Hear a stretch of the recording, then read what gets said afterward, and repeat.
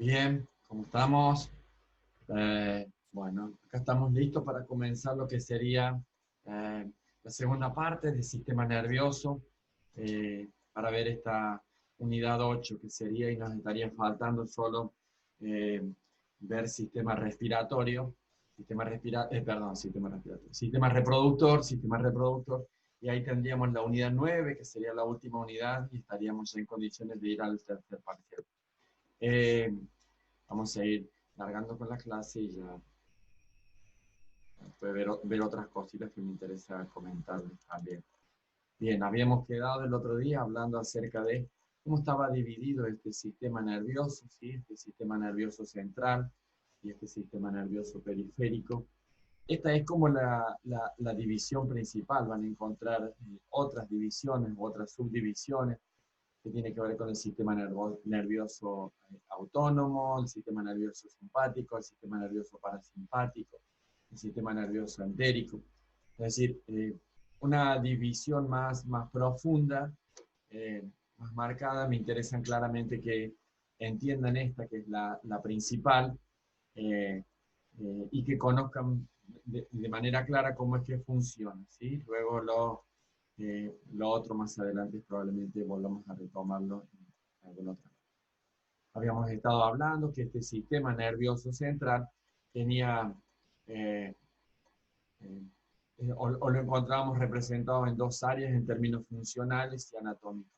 Por un lado, el sistema nervioso central propiamente dicho, que estaba dado por el encéfalo y por la médula espinal, y por el otro lado, el sistema nervioso periférico, sí, que tenía que ver principalmente con los nervios que hacían que se ramificaban alrededor de todo ese organismo humano, a fin de poder, censar constantemente la información, tomar la información, recepcionar la información, percibir cómo funcionaba el mundo externo, cómo se presentaba el externo. Vamos a empezar a ver ahora que ese cerebro, ¿sí? Ese cerebro o ese encéfalo, cuando digo encéfalo, digo a todos los órganos de este sistema nervioso que están alojados dentro de lo que sería la cavidad craneal. ¿Sí? Me perdí una hoja. Lo que sería la cavidad craneal, ¿sí? Eh, eh, Eso, cuando decía encéfalo, estoy haciendo referencia al conjunto de órganos que está dentro de lo que sería la cavidad craneal. Voy a hacer referencia al cerebro, al cerebelo, al tronco encefálico, ¿sí? Luego a la médula espinal que no está alojada dentro de la cavidad craneana, sino que está dentro de la cavidad de la columna vertebral, ¿sí? Es allí donde vamos a encontrarla a la médula espinal. Ese encéfalo, atento a la nobleza que tiene y a la importancia de su funcionamiento, la biología ha dotado a este sistema nervioso de una serie de elementos en términos de tejido, en términos de órganos, en términos de líquidos que van a hacer a la protección. Habíamos hablado cuando veíamos las cavidades, que justamente la cavidad craneana y la cavidad de la columna vertebral hacían a la protección de estos dos órganos. No son los únicos dos instancias en términos de protección que tiene, sino que vamos a encontrar las meninges. ¿Qué son las meninges? Principalmente las meninges podemos definirlas como membranas de tejido conectivo que van a hacer a la protección, que van a recubrir a este sistema, o a este encéfalo y a esta médula espinal, a fin de darle protección, añadirle protección, ya una protección más de tipo blanda, ¿sí? Y que va a completar o que va a complementar a esta protección dura que está dada justamente por la estructura ósea que la va a complementar, ¿sí? Eh, para que entendamos la función un poquito de la meninge, tiene que ver con que este encéfalo no va a estar en contacto directo con la estructura ósea que le hace la cavidad y que le hace de protección, sino que estas meninges van a estar puestas entre la cavidad ósea, la estructura ósea, los huesos del cráneo y el encéfalo, ¿sí? Entonces, esto para que entendamos claramente que no hay un contacto directo entre lo que sería el hueso del cráneo con el encéfalo, ¿sí? Eh, Eso básicamente en cuanto a meninge. Hay tres tipos de meninge, ¿sí? Tres tipos de meninge que desde afuera hacia adentro son la dura madre que es la primera y que es así, va a estar en contacto con el hueso. Luego viene la aracnoide, es decir, otra meninge, que es la aracnoide que va a estar en el medio de las tres, por encima la dura madre en contacto con la estructura ósea, en el medio de la aracnoide, y por último la pía madre que sí va a estar envolviendo o apoyada sobre lo que sería el encéfalo y la médula espinal, ¿sí? En cuanto a la dura madre, o a la meninge dura madre, recordemos que es la que está en contacto con la estructura ósea, es una capa de tejido más fuerte, más de tipo fibroso, ¿sí? Y que está pegada al hueso, ¿sí? Que va a estar adherida al hueso, o lo que sería el periósteo del hueso, o la última lámina que recubre el hueso. Eh, Luego tenemos una segunda lámina, o una segunda membrana, o una segunda meninge, que es la aracnoide, que es más delgada que la dura madre y se va a ubicar justamente por debajo de la dura madre, ¿sí? Eh, y por último tenemos la pía madre, que a diferencia de las tres, probablemente sea la más delgada, si bien las tres son bien delgaditas, bien de forma de lámina, recubriendo lo que sería todo el encéfalo y la médula espinal. Esas meninges entre una y otra, a rigor de honestidad, cada una tiene dos láminas, principalmente la dura madre y la aracnoide tiene dos láminas, pero entiéndanlo como una sola, a fin de no complicarnos tanto, porque bueno, eh, no nos va a aportar demasiado lo que tiene que ver con nuestra profesión, ese grado de profundidad. Nos interesa que entiendan qué son las meninges y qué funcionan. Eh, Entre esas meninges, entre una meninge y otra, es decir, entre la dura madre y la aracnoide y la pía madre, hay un líquido que las va a lubricar, que las va a recubrir y también va a hacer a la protección, que se llama el líquido cefalorraquídeo, ¿sí? El líquido cefalorraquídeo, que también lo van a encontrar o lo pueden encontrar con el nombre de líquido cerebroespinal. Cualquiera de los dos es lo mismo. Es una sustancia en condiciones normales es clara, transparente, blanquecina, que en condiciones normales tiene ese color y que en el campo de la ciencia de la salud se la utiliza para identificar cuando ese color se modifica alguna cuestión vinculada a la patología.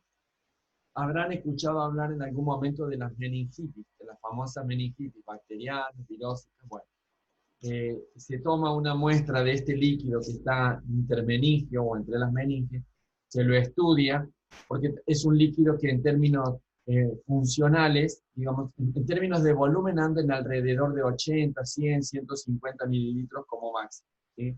Más o menos anda por allí. El líquido se va a lubricar todas las meninges, ¿sí? Desde la faz superior, es decir, desde el encéfalo hasta lo que sería la médula espinal.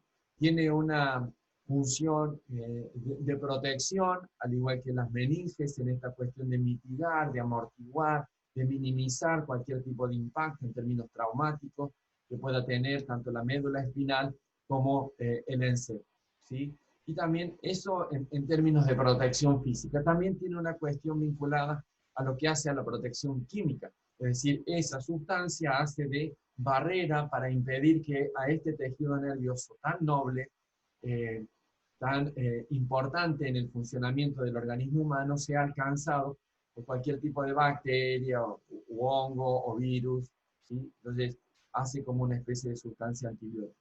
¿Ah? Bien, estas serían las meninges y el líquido cefalorraquídeo.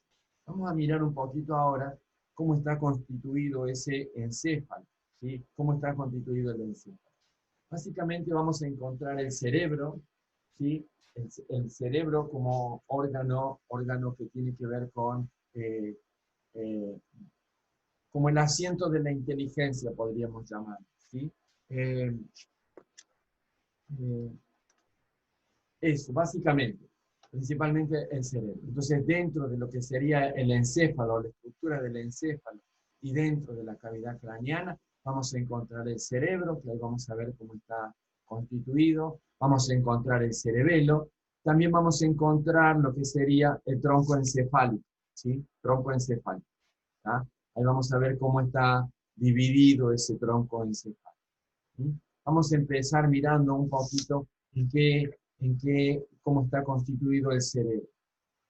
Vamos a encontrar que tiene dos hemisferios, ¿sí? El hemisferio izquierdo y el hemisferio derecho, y a su vez cada uno de esos hemisferios va a estar constituido por lóbulos, ¿sí? El lóbulo frontal, que es el que va a estar en la cara anterior del cerebro o en la faz anterior a lo que sería la posición anatómica de esa cavidad craneana, el lóbulo parietal, y hacia la parte posterior lo que sería el lóbulo occipital. Hacia los costados, ¿sí? Encontramos lo que sería el lóbulo temporal. En la base de lo que sería el lóbulo occipital va a aparecer el cerebelo. Y hacia el interior, es decir, en la línea media de ese cerebelo, en lo que sería el centro de ese cerebro, en la base del centro, vamos a encontrar lo que sería el tronco encefálico. ¿Tá?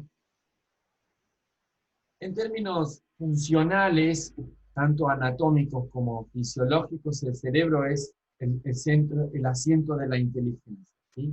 Ahí vamos a ver ahora una plaquita que tenía por acá, que intentaba un poquito mostrar esta cuestión. Básicamente vamos a ver que el cerebro tiene una serie de circunvoluciones, que son como esa especie de rulitos que ustedes ven aquí, ¿sí?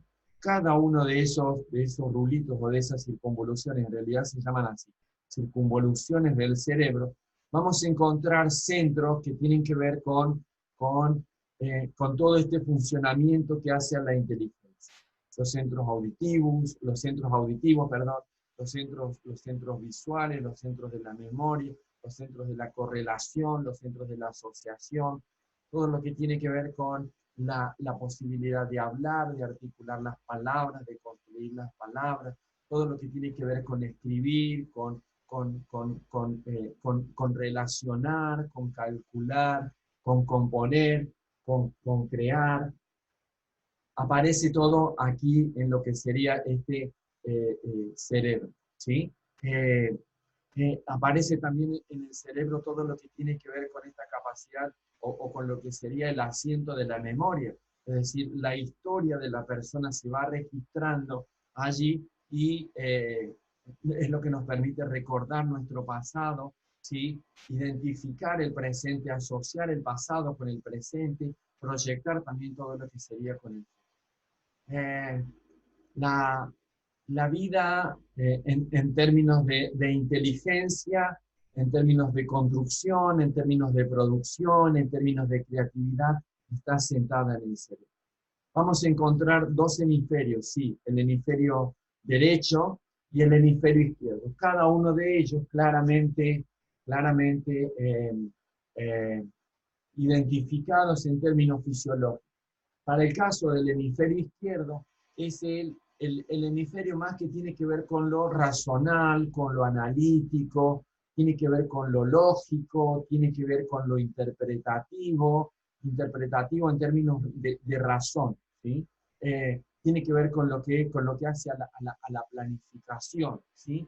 Frente al hemisferio derecho, que es el hemisferio más que tiene que ver con la cuestión de las sensaciones, de las emociones, tiene que ver más con la intuición, tiene que ver con el desarrollo de habilidades en términos de velocidad, aparece aquí todo lo que es lo sensorial, lo sensitivo, esta cuestión de la capacidad de sintetizar, tiene que ver también con esta cuestión de la forma, del color, ¿sí? Eso más o menos, en términos fisiológicos, ¿sí? Está dividido por la cisura media, ¿sí? Y en la faz interna, digamos, es decir, al ir hacia adentro de ese cerebro, vamos a encontrar lo que son los cuerpos callosos. ¿Qué son los cuerpos callosos? El punto donde van a estar insertos, donde se van a vincular el hemisferio derecho y el hemisferio. En términos de distribución de tejido nervioso, vamos a encontrar que hay mayor presencia de sustancia gris en lo que sería la corteza de ese cerebro, y esto tiene que ver con que son cuerpos neuronales atentos a esta cuestión de la fisiología del cerebro, frente a los cuerpos, a la sustancia blanca que está constituyendo más lo que sería la médula o el centro de ese cerebro. ¿Ah? Eh, es sumamente complejo el funcionamiento del sistema nervioso y así un poco esta cuestión de... Luego aparece el cerebelo, ¿sí? El cerebelo que está alojado en la parte posterior, ¿sí?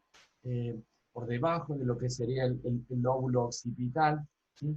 Y que principalmente va a tener la función de hacer a todo lo que tiene que ver con la coordinación, con el equilibrio, ¿sí? Que tiene que ver con esta cosa de regular la postura, es decir, lo que a mí me permite estar sentado y de manera equilibrada y hacer que no me lateralice ni para un lado ni para otro, tiene que ver con un fuerte compromiso del cerebro. Van a encontrar allí una célula sumamente especializada, que son las células de Purkinje, o las fibras de Purkinje, también lo van a encontrar con ese nombre, y que son las que hacen justamente a la destreza en términos de equilibrio. Luego aparece lo que sería el tronco encefálico o el tallo encefálico, que para el caso eh, es el mismo nombre, ¿sí? Dentro del tallo encefálico, todavía dentro de lo que sería la cavidad craneana, vamos a encontrar lo que es el mesencéfalo, el puente de Barolio, que también lo van a encontrar con el nombre de protuberancia, y el bulbo ráquido, ¿sí? En términos fisiológicos, tengan en cuenta que este tallo encefálico o tronco encefálico tiene alrededor de 7 centímetros y medio, 8, poquitito más, poquitito menos. Para que tengan una idea, los invito a que tomen una regla y midan aproximadamente cuánto tiene. Tienen en términos de diámetro, ¿sí? Alrededor de 2 centímetros y medio, en la zona del puente de Valores es un poquito más, llega alrededor de los 3 centímetros, pero digo, para que entiendan principalmente la dimensión tan pequeña que tiene, y vamos a ver todo el compromiso en términos fisiológicos que aparecen. La función del mesencéfalo, que también lo van a llamar cerebro medio, ¿sí? Tiene que ver con todo lo que hace a la regulación o esta cosa de dar respuesta a todo lo que tiene que ver con el reflejo de sobresalto, es decir, estas reacciones inmediatas, automáticas, que uno ahí decide hacer producto de alguna amenaza, de alguna eventualidad que tiende a la protección de la persona, ¿sí? Aparece todo lo que es esto del movimiento repentino, el control muscular, están allí, es decir, dentro de ese mesencéfalo, también llamado cerebro medio, vamos a encontrar centros dentro de este órgano del sistema, del encéfalo, del sistema nervioso, que tienen a controlar todas estas cuestiones que les decía, ¿no? Este movimiento repentino, este reflejo de sobresalto, todo este control muscular. ¿Ah? Luego aparece el puente de Barolio, ¿sí? El puente de Barolio, que también lo van a encontrar con el nombre de protuberancia. En términos de diámetro, tiene alrededor de 2 centímetros, 2 centímetros y medio aproximadamente. Y aquí aparece todo lo que tiene que ver con esta cuestión de la coordinación. ¿Qué vamos a encontrar dentro de esta protuberancia o puente de Barolio? Todo lo que tiene que ver con la coordinación, tanto cognitiva, es decir, esto que me va a permitir hacer alguna cuestión de relaciones, ¿sí? Alguna cuestión de coordinar, probablemente algo de interpretar también allá. Y después aparece también todo lo que tiene que ver con la motora fina y la motora gruesa. ¿Qué es la motora fina y la motora gruesa? O los movimientos motores finos y movimientos motores gruesos. Un movimiento motor grueso, por ejemplo, es el desplazamiento de un brazo, el desplazamiento de una pierna, ¿sí? El tomar un elemento y trasladarlo de una superficie a la otra, ¿sí? Y la motora fina, o el movimiento motor fino, tiene que ver con todo lo que hace a la cuestión de la precisión. Por ejemplo, tener que enhebrar una aguja, cuando vamos a a canalizar un paciente o hacer una venoclisis o hacer una venopunción para ingresar al interior de un vaso sanguíneo. Eso sería un motor, un movimiento de motor fino, ¿sí? Cuando tenemos que realizar una línea o un trazado sumamente prolijo, delimitado, eso es movimiento o motor afín, ¿sí? Ya cuando vean desarrollo, crecimiento y desarrollo del infante, ahí van a volver a retomarlo. Todos esos centros están alojados dentro de lo que sería el, el puente de Barolio o la protuberancia. Dentro del bulbo raquídeo, que en términos de diámetros es el más extenso de estos tres órganos, vamos a encontrar todo lo que tiene que ver con los centros cardiovasculares. ¿Ah? A ver, van a encontrar dentro del cerebro otros centros que tienen una función bastante similar. En realidad no es que la función se repita en otra área del cerebro, sino que se complementa. ¿Ah? Bien, dentro de este bulbo raquídeo, que en términos de diámetro tiene aproximadamente 3 centímetros, poquitito más, poquitito menos, más tendiendo a poquitito menos que a poquitito más, tiene que ver con que vamos a encontrar centros. Los centros son aquellos que van a regular la cuestión homeostática de determinado aparato u órgano, ¿sí?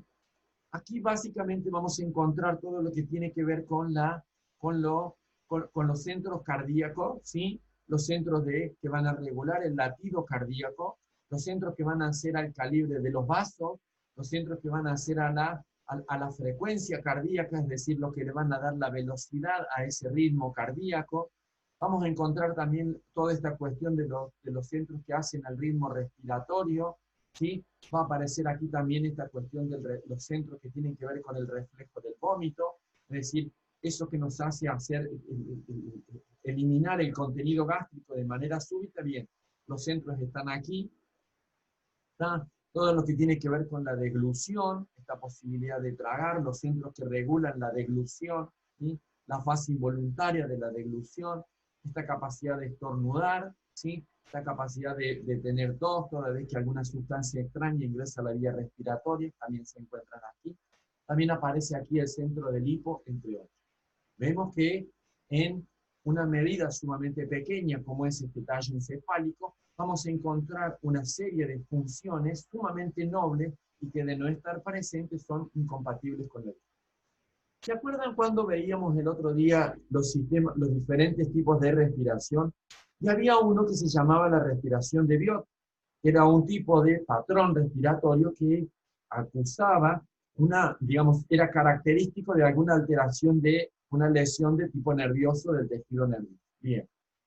Como el centro de la respiración está aquí dentro de lo que sería el encéfalo, y aparece, para el caso de la lesión, aparece alguna lesión que toque o comprima ese centro de la respiración, eso se va a traducir inmediatamente en una alteración del patrón respiratorio, configurando este tipo de respiración de Biot, y que a nosotros nos va a permitir que toda vez que vemos el paciente y que sabemos que vienen de tener algún tipo de traumatismo, algún tipo de impacto, fácilmente nos va a permitir ingerir o interpretar o considerar la posibilidad de que tiene una lesión neurológica, producto justamente de que su patrón respiratorio está alterado, porque el centro que controla esa cuestión respiratoria está presente una lesión.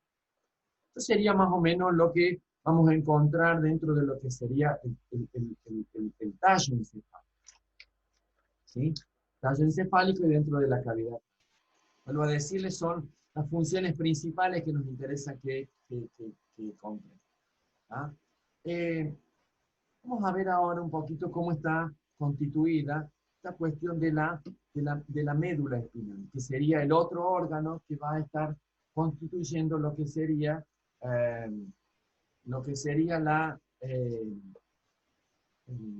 el encéfalo, el sistema o los órganos del sistema nervioso, el encéfalo y la médula espinal. La médula espinal como el otro órgano que va a, eh, a formar este sistema nervioso. En términos de diámetro, la médula espinal va a tener aproximadamente 40, 42, 45 centímetros, un poquitito más, un poquitito menos, y va a tener una media de 2 centímetros de diámetro. ¿Todo el diámetro de la columna vertebral es igual? No. va modificándose, ¿sí? En todo lo que sería la parte cervical o la parte superior de esa médula espinal, tiene un diámetro un poquitito mayor, y todo lo que sería la última parte o, la parte, o el segmento más distal de la médula espinal va a ser más ancho todavía que lo que sería la zona cervical.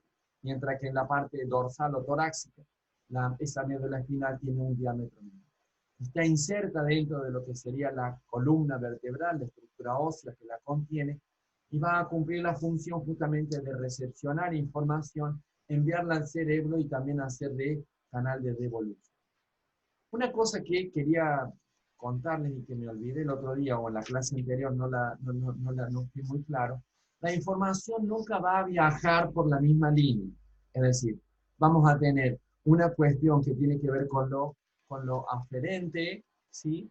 Es decir, una cuestión aferente, es decir, vamos a recepcionar la información, va a viajar por una vía neurológica, neurona o un nervio. Recuerden que nervio habíamos hablado que era un conjunto de neuronas y que tenían la función de trasladar información a partir de ese potencial de acción que iba descargándose de neurona a neurona en cada una de las sinapsis. Entonces, va a viajar por una vía, ¿sí? Por una vía sensorial, vamos a encontrar una respuesta a nivel de la asociación y va a devolver esa respuesta por otra vía, que es la vía motor. ¿Ah? Esto porque no entendí que no les había quedado de todo claro, entonces quería como aclarárselos un poco. ¿Ah? Bien. ¿Cómo es que el organismo se va a encargar de tomar la información o cómo vamos a vincular ese encéfalo y esa médula espinal a toda la información que va a viajar al organismo humano o que vamos a tomar del organismo humano o que va a comunicar al organismo humano? ¿Sí? Dentro de lo que sería la base de ese cerebro, la base de ese encéfalo, ¿sí? Vamos a encontrar lo que serían los 12 pares de nervios craneales, ¿sí? La función que van a cumplir esos 12 pares nerviocraneales tiene que ver con irrigar todo lo que es la zona de la cara principalmente, ¿sí? Todo lo que es la zona de la cabeza, la región de la cabeza, principalmente la parte anterior de la cabeza y del cuello. Entonces, cada uno de esos nervios, ¿sí? Va a hacer a todo lo que tiene que ver con o la relación con todo lo que tiene que ver con los movimientos de los ojos, la cuestión de los oídos, los centros del oído, los centros de la voz, los centros de la deglución, los centros del gusto, ¿sí? Los centros de todo lo que son los movimientos de la cara, los movimientos oculares de los ojos, los centros de la voz, ¿sí? Aparecen todos vinculados a lo que serían los 12 pares de nervios. ¿Ah? En esta plaquita que tenemos acá, un poco como que ilustra claramente cuál es la función de los que serían los 12 pares de nervios craneales y lo que serían los 31 pares de nervios espinales, los nervios de la médula espinal. ¿Tá? Bien. Entonces, los 12 pares de nervios craneales van a salir de lo que sería la base del cerebro, mientras que los, los, eh, los 31 pares de nervios espinales van a salir a partir de lo que sería la médula espinal. La médula espinal. ¿Tá? Eh, eh, Vamos a ir a la plaquita de esta. Bien. Aquí aparecen cómo van a estar distribuidos esos 31 pares de nervios craneales, ¿sí? Esos 31 pares de nervios espinales. Van a estar dispuestos a lo largo de toda la médula espinal, ¿sí? Desde la parte más inmediata a la salida de lo que sería el tronco encefálico, ¿sí? A la parte superior. Entonces vamos a encontrar los 8 pares de nervios cervicales, ¿sí? Los 12 pares de nervios torácicos, ¿sí? Los 5 pares de nervios lumbares y los 6 pares de nervios sacros, ¿sí? Que serían lo más alejado o los que están en el extremo último de lo que sería la médula espinal. Cada uno de esos nervios, vuelvo a decirle, va a ser los encargados de tomar la información y todo lo que tiene que ver con la parte superior, los nervios cervicales. En esta plaquita con los colores, la idea es que entiendan cómo es que está distribuido esta ramificación de nervios y cómo es que se vinculan a la médula espinal y de ahí con el encéfalo. La plaquita de aquí, la primera, nos intenta un poco mostrar esta cuestión de cómo están constituidos, así que sería en una imagen 3D, son lo que sería el cerebro, ¿sí? El cerebelo, lo que vemos aquí sería el tallo encefálico o el tronco encefálico, y ya ahí sí con lo que sería la médula espinal, ¿sí? La médula espinal. Aquí en esta plaquita de la izquierda, eso sería lo que sería la cavidad craneana, ¿tá? El agujero occipital, ¿tá? Y ahí es donde atraviesa o sale esa médula espinal, ya, o la última porción del tronco encefálico, para franquear lo que sería la salida de la cavidad del cerebro y ya ingresar a lo que sería la médula espinal, ingresar a la cavidad de la columna vertebral como médula espinal.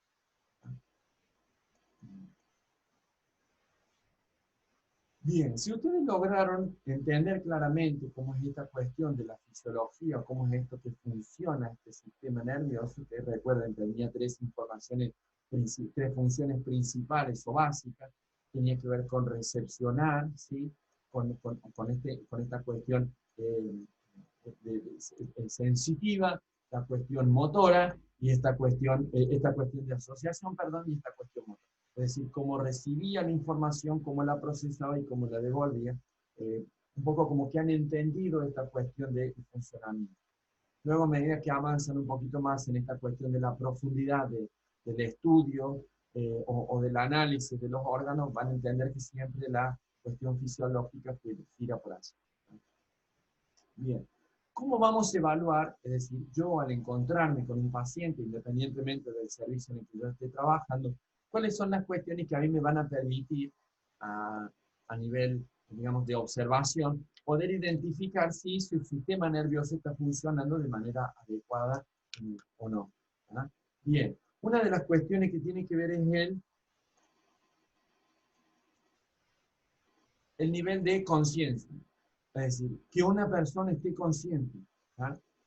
Eh, eh, la conciencia es lo que nos permite tener conocimiento del mundo que nos rodea, del espacio que nos rodea, el ambiente que nos rodea. ¿Ah?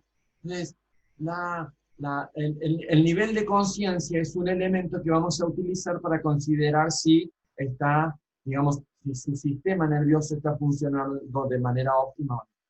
Ya pueden aparecer varias opciones en términos de alteración, sí.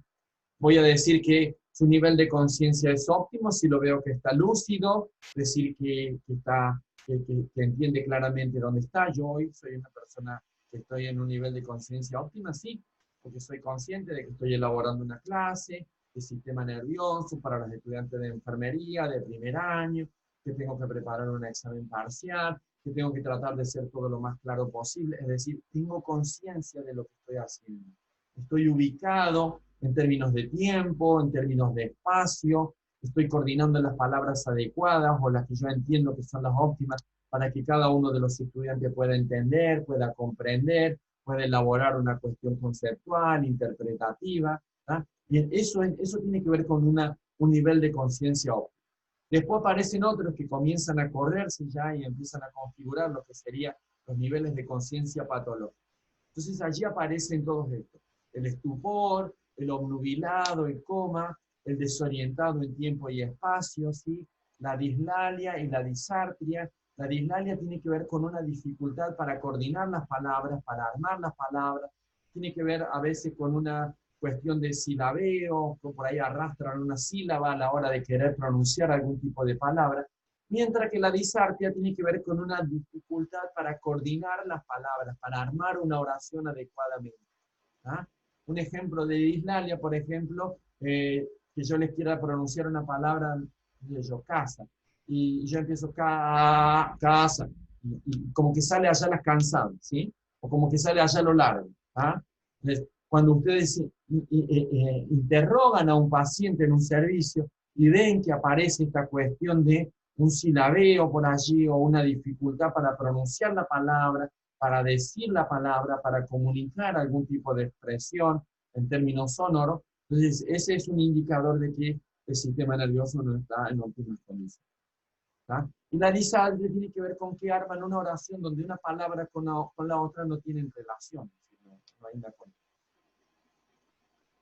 Otra cuestión de la respuesta motora, ¿sí? Tiene que ver con, digamos, la respuesta motora en condiciones óptimas tiene que ver con que el sujeto puede caminar, puede hablar, puede deambular, puede desplazarse, puede hacer algún tipo de ejercicio, algún tipo de movimiento, y está coordinado, está pensado, está medido, ¿sí? Es decir, está dando respuesta a en términos motoros o de movimiento de manera óptima. Puede correrse hacia la cuestión patológica, lo que estaría acusando un sistema, una alteración en ese sistema nervioso, sí. Y ahí aparece la cuestión de la excitación, del agitado, el rígido, cuando están extendidos, digamos en posición más de rígida, extendida y que no modifican esa posición. La flacidez, cuando están flexionados y no cambian la posición, aun cuando uno les dé la orden o la indicación. Esta cuestión de la respuesta motora la vamos a entender claramente, o esta cuestión de excitación, cuando ven que aparecen las personas que han consumido algún tipo de sustancia, algún tipo de droga, algún tipo de psicoestimulante, los ven excitados y como que no pueden salirse de ese nivel de excitación. Es una alteración del sistema nervioso producto de una sustancia. Los tipos de respiración, ya veíamos que los centros de respiración estaban controlados por este sistema nervioso, de manera que nos va a permitir identificar claramente cuando ese tipo de respiración está asociada a una cuestión de disfunción del aparato respiratorio y cuando ese tipo de respiración está asociada a una cuestión de trastorno neurológico. ¿Tá? No es tan fácil al principio. Ya cuando vayan a los servicios y comiencen a desandar la cuestión práctica, profesional, van a poder identificar claramente cuando esa dificultad respiratoria, que puede ser taquineica, apneica, batineica, ¿sí? Va a estar asociada más a una alteración de una cuestión respiratoria, como puede ser una neumonía, una crisis asmática, una broncoconstricción, o que ven de origen, digamos, que sea nervioso, producto de alguna alteración que hablamos. La posición de los globos oculares de los ojos, ¿se acuerdan recién cuando veíamos que había centros que regulaban todo lo que era el movimiento ocular de los ojos, todo lo que era el parpadeo, todo lo que era esta cuestión de poder, digamos, girar nuestra mirada de un lado hacia el otro, si están hacia el centro, si están hacia arriba, si están hacia abajo, si son variables, si son coordinados, ¿qué quiere decir? Si los dos ojos giran al mismo tiempo para el mismo lado o no. ¿Tá? Si están descoordinados, el movimiento descoordinado de los ojos, indicador de una lesión neurológica bastante grave. La exploración de las pupilas son unos músculos que están insertos en el interior de los ojos y que tienen y que son sumamente reactivas, especialmente a todo lo que es la luz. Si no, intenten acercarse una lucecita al ojo y van a ver cómo empiezan a parpadear automáticamente. El párpado se cierra a fin de proteger ese globo ocular y evitar que sean, digamos, lesionado o lastimado ese músculo. Bien. La otra cuestión tiene que ver con si esas pupilas son mióticas o midriáticas. Vamos a una pupila en condiciones normales, tiene la posición que ustedes pueden ver en cualquiera de las personas o de los pacientes. Y voy a hablar de una pupila miótica toda vez que esa pupila esté contraída y una pupila midriática toda vez que esté dilatada o agrandada. ¿Sí? La pupila midriática es propia de las personas que, o lo van a identificar claramente en los servicios cuando llegan las personas que han consumido algún tipo de sustancia, especialmente los que consumen cocaína. La cuestión de la fotosensibilidad, foto tiene que ver con luz, sensibilidad a la luz. ¿Ah? Si es sensible esa pupila a la luz o no. En condiciones normales debe ser sensible. ¿Ah? Una sensibilidad que es relativa, ¿ah? No puede estar aumentada. Y hay un instrumento que se utiliza, que ya medio como que en algunos servicios lo están dejando de utilizar y están mudando hacia otro, pero que todavía sigue siendo bastante preciso a la hora de evaluar todo lo que es el funcionamiento neurológico. ¿Y qué es la escala de Glasgow? ¿Sí? ¿Qué es la escala de Glasgow? Un instrumento que se utiliza a partir de evaluar 3 variables acerca de cómo está funcionando esa persona en términos neurológicos posterior a haber tenido algún tipo de traumatismo. ¿Sí? Una caída de una bicicleta, un accidente en una moto, un accidente de un automóvil, una caída de su altura o una caída de una altura un poco más importante. ¿Ah? Bien. Y aquí aparece esta escala de Glasgow, que va a medir principalmente tres variables. La apertura ocular, es decir, si tiene la capacidad de abrir los ojos o no, la respuesta motora, es decir, la respuesta en términos de movimiento, ¿sí? Y la respuesta verbal. Para esto uno, digamos, cuando ingresan las personas a los servicios, generalmente se la utiliza en algunas cuestiones, en algunas guardias, o servicios de guardia, o servicios de emergencia. Entonces, y en función a cada una de esas variables se le va a dar un puntaje de acuerdo digamos, a la calificación que obtenga. Entonces, para el caso de la apertura ocular, es decir, ¿esa apertura es espontánea o no? Si es espontánea, le van a dar un puntaje. ¿Sí? Si tiene uno que darle la orden, por favor abra los ojos o cierre los ojos, y recién ahí da respuesta, bien, eso va a tener otro puntaje. Si solamente abre los ojos en una respuesta a un estímulo doloroso, como puede ser una punción, una compresión, digamos, súbita, y si no tiene ninguna respuesta, es uno. Y así sucesivamente con la respuesta motora, es decir, si es una respuesta motora espontánea, normal, o si es una respuesta que tiene que localizarse en el tacto, o al dolor y demás. Pasa lo mismo con esta cuestión de verbal. Es decir, si la respuesta verbal es orientada, entendemos que es la óptima o no, si está confusa, si utiliza palabras inapropiadas. Cada uno de estos aspectos le va a dar un puntaje. ¿Tá?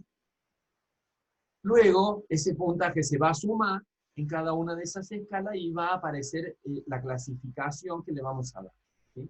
Si es de 13 a 15 puntos, es un traumatismo craneoencefálico leve, es decir, un golpe de una contusión importante y que no reviste en principio mayor gravedad, sino que hay que evaluarlo o esperarlo en términos de observarlo en las horas que sean. ¿Sí? Puede ser moderado si ese puntaje es un poquito más alto, y es severo cuando ya tiene 8 puntos o menos. Y eso hace que hay un traumatismo importante en ese organismo. Esto requiere intubación, tiene que ver con asistirlo con un sistema de ventilación mecánica para ayudarlo, porque evidentemente se va a descompensar. Bien, esto ha sido todo lo que es sistema nervioso. ¿Cómo lo van a estudiar? Tienen la guía que los va a orientar claramente y tienen la clase, ¿sí? Terminen de redondear lo que hemos visto en la clase, digamos, dándole respuesta a la guía con el material de la bibliografía y ya. Con eso van a tener un pantallazo bien claro, bien preciso, bien puntual, simple, pero que no deja de tener, digamos, todos los elementos en términos teóricos, y les da el recurso para observar cualquier eventualidad en términos nerviosos que se le presente, o en términos de trastornos nerviosos. ¿Ah? A modo práctico, les invito a que puedan ubicar en alguna de las regiones donde ustedes viven alguna persona que tenga algún trastorno neurológico, ¿sí? Un pequeñito que ha sufrido una hipoxia, es decir, una falta de oxígeno al momento de nacer o en las primeras horas de vida, que eso, digamos, inscribe algunas lesiones en términos neurológicos que lo acompañan a lo largo de toda su vida, y les va a permitir a ustedes interpretar un poquito el funcionamiento de este tejido nervioso, o de este sistema nervioso. La otra cuestión tiene que ver con si logran ver a alguna persona que ha sufrido algún accidente cerebrovascular o un ACV, ¿sí? Ya sea isquémico o hemorrágico, lo van a ver que tiene una serie de modificaciones, ¿sí? En términos neurológicos. Bien, ahí les va a permitir identificar claramente estas cuestiones en términos de alteración, ¿sí? No olviden que aquí vemos la cuestión de la normalidad, cómo funciona adecuadamente, ¿sí? La cuestión patológica la van a ver en el año que viene. Pero poder interpretarlas ahora, a ustedes les va a dar una muy buena base para poder usar las materias. Los vemos en el próximo encuentro y vamos a estar hablando allí de lo que sería aparato reproductor, masculino, femenino, y vamos a ver algo de gestación.